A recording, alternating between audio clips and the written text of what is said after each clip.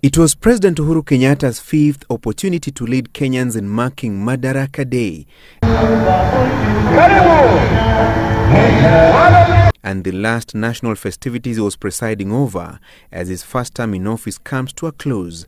The 54th Madaraka Day held at Kabiruini Showgrounds in Nyeri County was the third time the national celebrations were being marked away from Nairobi, the country's seat of power.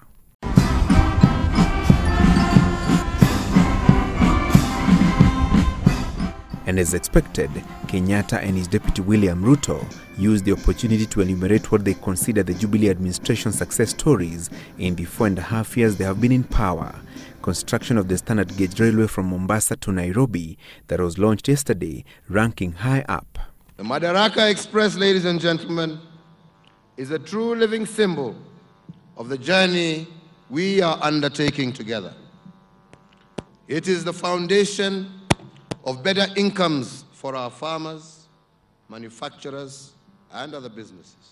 The Jubilee team rode to power in 2013 with a long list of grand promises, among them infrastructure development, reducing the cost of living, creating job opportunities especially for the youth, and enhancing national integration, promises that critics insist remain largely unfulfilled despite billions of shillings being pumped into mega projects and the national debt burden hitting over 4 trillion shillings.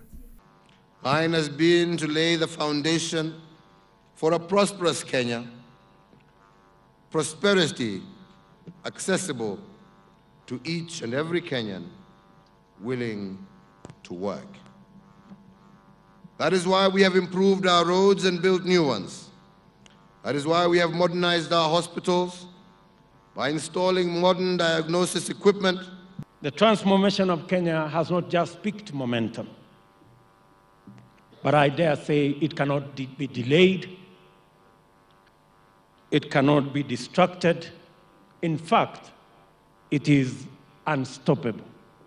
With 67 days to the general election and seeking re-election, Kenyatta made a fresh list of promises, among them free secondary education, expansion of the Thika superhighway to Nyeri, Laikipia and Isiolo counties, extended electricity connectivity, among others, to woo the electorate. Miaka hiyo chache minne tumefanya yale ambayo tumeweza. Tumeweka msingi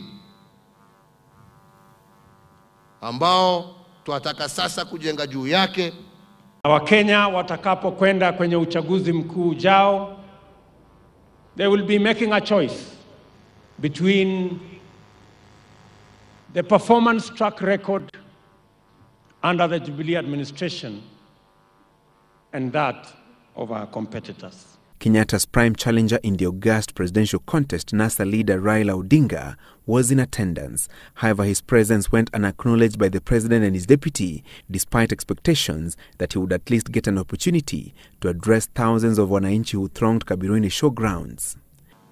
We must, as a people, distinguish between genuine and legitimate desire for change from its exploitation by short-sighted and cynical leaders who would use us for their own selfish ends.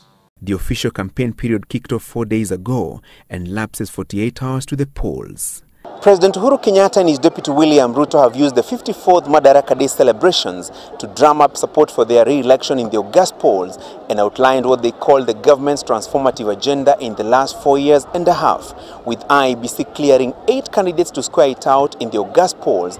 The battle lines have been clearly drawn. Francis Gashuri, Citizen TV, Nyeri County.